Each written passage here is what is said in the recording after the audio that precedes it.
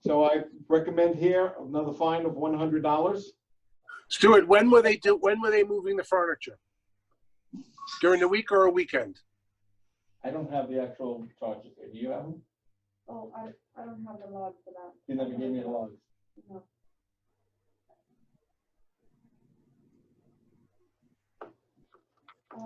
Regardless if it's on the weekend or weekday. Either way, the furniture's not allowed at the front door. No, I understand. And was it one piece or multiple pieces? I don't know. I've not been informed of this. I'm going to suggest $50, Okay. a one-time thing. Bill, what do you think? The log is not in the folder for you? Were they, Told to stop while we're on. Was she told to stop? that's what I'm asking. Is that the 1515 one? Nothing, sir. Oh, here, 1515. Okay. Here, let me read this to you. This was on June 27th. 2 visitors arrived. They drove the wrong way up in the traffic circle. Number 1. Stated, no other cars can come the other way, and the front desk asked them to please exit the circle.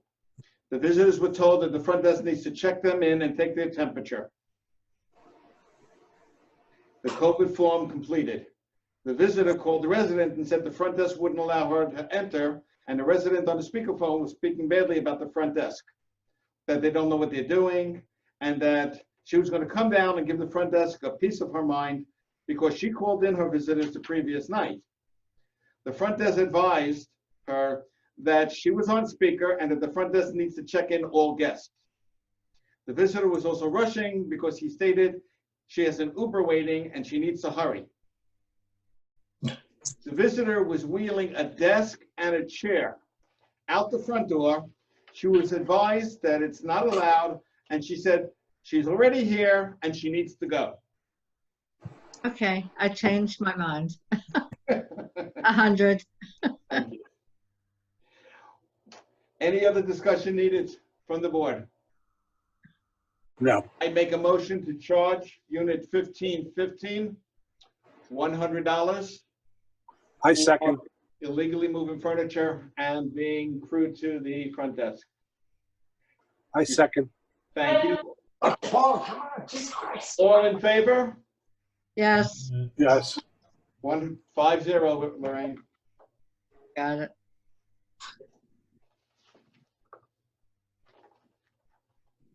Do I have 1828 in here? Yeah, that's actually, no, that's the one yelling in person at the office. Okay. Unit number 1828.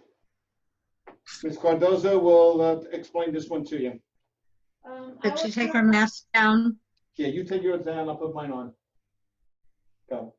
So this one apparently was when the elevators were down, so there was only one elevator that the residents couldn't use. This resident had to take the stairs and was pretty upset about it because there's too many people trying to go on the elevator. And the resident decided to come to the office, yell and curse at the front desk staff, specifically the new employee, Pauline, and was just yelling and cursing that why do we have only one elevator? And she was very upset that she had to go to the stairwell. But a lot of yelling and cursing. I was not in the office, but that's exactly what I was told by Seth and Pauline, how this person acted. Has this person ever created an incident before? Not that I'm aware of. Not that I'm aware of. Not that I am aware of, no. And I could understand her being a bit upset considering she's on the 18th floor and she Well, had she could have waited for the elevator. but she walked down 18 flights. I would imagine somewhere around 9 or 10 there, you get a little bit more upset. And then when you hit 3 or 4, you really get upset. So by the time she got to the front desk, I'm sure she was irate. And I might be also. I vote for a warning letter. Thank you. Yeah, I agree with you on that. I like that. Okay, good. All in favor, or I make a motion of issuing a warning note to unit number 1828 to Second. conduct itself. Second, Thank you, Howard. All in favor? Aye. yes. 5-0. Okay.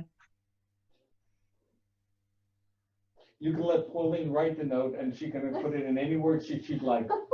Okay. Okay. And next one here, unit number 1908. Unit number 1908 has been seen by various residents, by myself, by the front desk on multiple occasions, refusing to wear a mask. She has been multiply warned about wearing a mask. She walks through the lobby and she's refusing to do it. I recommend that we fine them $25 as per our statement that we issued at the last meeting. $100. 25 is what we're doing on it at a time, Howard. Okay, Each and every, We already passed that rule last time. okay, Can't help it. Sure. okay. But every time she does it, it's another 25. Yeah. And And we do have a photograph here of her without a mask on, trying to talk to our office personnel. she actually Yeah. was voting the post. Folder. All right. There's a lot. I make a motion, charge her I $25. second the motion. Thank you. All in favor? Yes. Thank you. Motion's carried, $25 fine. I want to thank the residents who previously were not wearing masks, who are now wearing them by abiding the rules and making our building safer. So thank you all for your cooperation on this. This virus is not getting better yet in Florida. We're doing the best we can to keep ourselves safe. And I'm glad to see that we have had 0 cases of COVID from our residents in the building. So we remain to be 100% COVID-free. All right, final item on the agenda for today is First Service Residential Renewal Presentation. As you know, last meeting, we had 2 presentations made to us by other management companies to become our management company for the next 3 years. Our contract with First Service is coming to an end. I think that they've done an admirable job bringing us from self-managed to where we are today. So they will now make their presentation. For the unit owners, as a disclosure, the board did go there for a walkthrough of their premises last week. We did see and acknowledge what they have to offer us, which was a very enlightening trip. We saw rooms that we did not know were available to us. We saw rooms that were being taken advantage by our own personnel. I know that Gabe went down there for some training sessions. And we also met with some people who, if we do go forward, are going to make some good contributions to us for the next 3 years. So I'd like to introduce Mr. Bill Worrell, Mr. Turner Billups, and I also unmuted Randy Fisher if you have any contributions as well. All 3 of you, you have the floor. Thank you. and that for all the other people, the residents, it's not open for discussion. It's just for them to hear. Yeah, this is just a presentation. We are not voting today on anything. We're just hearing their presentation of why they should continue to be our management company. Good. Stuart and everyone, thank you all so much. Stuart, I was working here to share my screen. Would that be possible for the Yeah, what we yeah, prepared for just give me 1 second. I remember we got to do that. So I am making you a co-host, which will then give you the right to do your share. Okay, very All right, good. so it should be on now. Excellent. Yes. Can you see? Yeah. Can If you see- go up to the top right corner there and enlarge it right over here, you can enlarge this picture if you click on the right-hand side. How's that? Yeah, much better. Much better. Okay, good. Excellent, thank you. So thank you, Stuart and Board of Directors, and for those folks on the line today, membership, unit owners, thank you all so much for attending today. As was set forth, we are at the renewal time in our management agreement for your building and for our staff and team serving your building. And so today's purpose is to run through what we think, some capabilities are, not just, what we're proud of or what your building's proud of, I should say, more importantly, over the last 3 years or so, but also, perhaps most importantly, what we think moving forward is going to be of value to the building. And so I'd just like to thank everyone for their time and energy today. As Stuart mentioned, we had a nice meeting last week. I think it was informal, informational, I should say, in our Hollywood office, which is our local headquarters to your building, and we're Turner and Randy office. I would tell you, this is just my opinion as part of the presentation today, that I thought the meeting was very, very enlightening. Board members were very, very engaged, and they expressed to us some pleasure of some of the things that they learned that we had done. And the board was also very, very candid about things that they wanted to take advantage of moving forward. And they added those comments to those action items. And so I would say to you, I thought it was very, very productive. Not just talking about First Service Residential, this is who we are, this is what we've done, but I think most importantly, as we discussed with the board, what is your vision moving forward? What do you want to accomplish moving forward?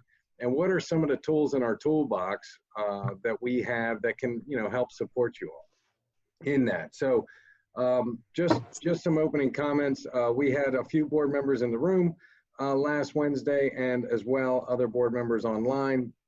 Some were there the entire session. A couple were kind of in and out, but it was great to really engage in that conversation. And just, on behalf of Turner and Randy, thank you all for that.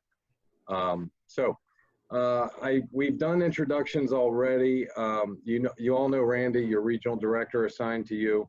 And of course, Turner Billups, since day one, when Turner and I met with your board almost 4 years ago now, initially. Turner is your senior vice president and business unit leader. So just from an org chart perspective, and for those who don't already know, Turner is your main guy at the company, the ultimate business decision maker. Randy reports to Turner.